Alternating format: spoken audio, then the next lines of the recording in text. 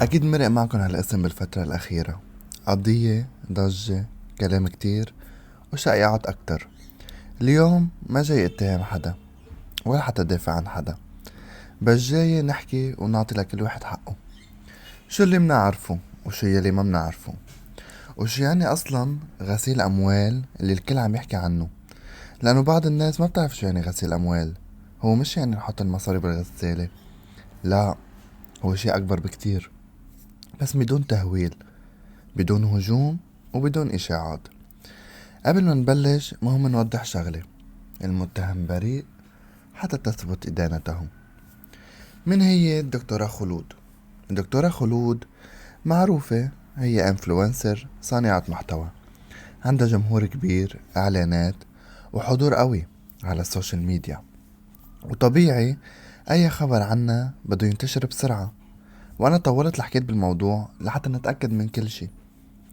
ليش الناس مهتمة بهالقضية؟ خلينا نكون صريحين وواضحين.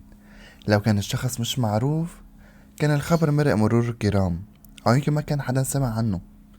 بس لما يكون في شهرة، متابعين، وإعلانات، وناس معروفة، أي خبر صغير بيكبر وبينزاد عليه حتى بهارات. السوشيال ميديا تكبر القصص وبتزيدها. الناس بتحس انه بتعرف الشخص، وأوقات بتحسوا منه وفيها، فبتصير القصة شخصية، وعلى طول في مين مع وفي مين ضد، ودايما في حدا بيدافع. شو اللي صار؟ حسب يلي انقال بالإعلام، صار في تحقيق بموضوع معين، والموضوع لسه قيد التحقيق. يعني لا في حكم ولا في إدانة ولا في نتيجة نهائية. وأي تفاصيل إضافية غير هيك هي يا إشاعات يا ناس عم تحكي على السوشيال ميديا. خلينا نحكي شوي عن غسيل الأموال.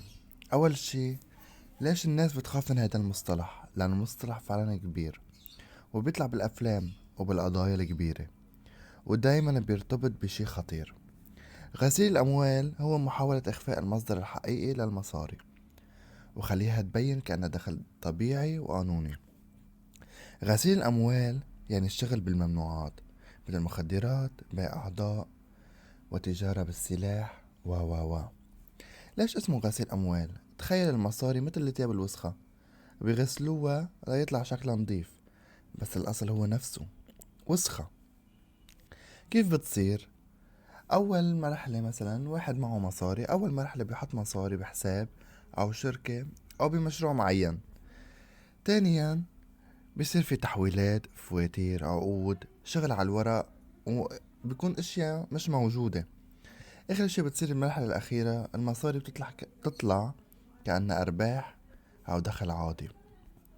ليش دايما المؤثرين تحت المجهر؟ لأنه دخلهم مش تقليدي، إعلانات، تعاونات، هدايا.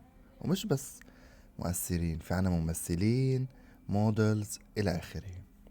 وأرقام أحيانا بتكون كتير كبيرة من هدول المصاري. فالجهات الرسمية بتدقق، مش لأنه في شي غلط، بل لأنه لازم يكون في تنظيم وشفافية. الفرق بين التحقيق والحكم خلينا نوضحها ببساطة. تحقيق إيجال أسئلة وفحص، الاتهام قرار رسمي، أما الإدانة هو حكم قضائي. وفي كتير قضايا بتنتهي عند التحقيق وهي بعدها تحت التحقيق، يعني ما فينا نحكم عليها إذا هي مدانة أو لا. بس في عنا مشكلة بالسوشيال ميديا، لأن السوشيال ميديا ما بتحب تنطر، بدها نتيجة فورية. بس الواقع غير، القضاء بده وقت، والحقيقة بدها صبر. بالنهاية ما فينا نحكم على حدا قبل القضاء، والأذكى إنه ننطر الحقيقة من مصدرها الرسمي. وأي تطورات جديدة أكيد رح نرجع نحكي فيها بهدوء وبعقل. وانتو شو رأيكم بهيدي القضية؟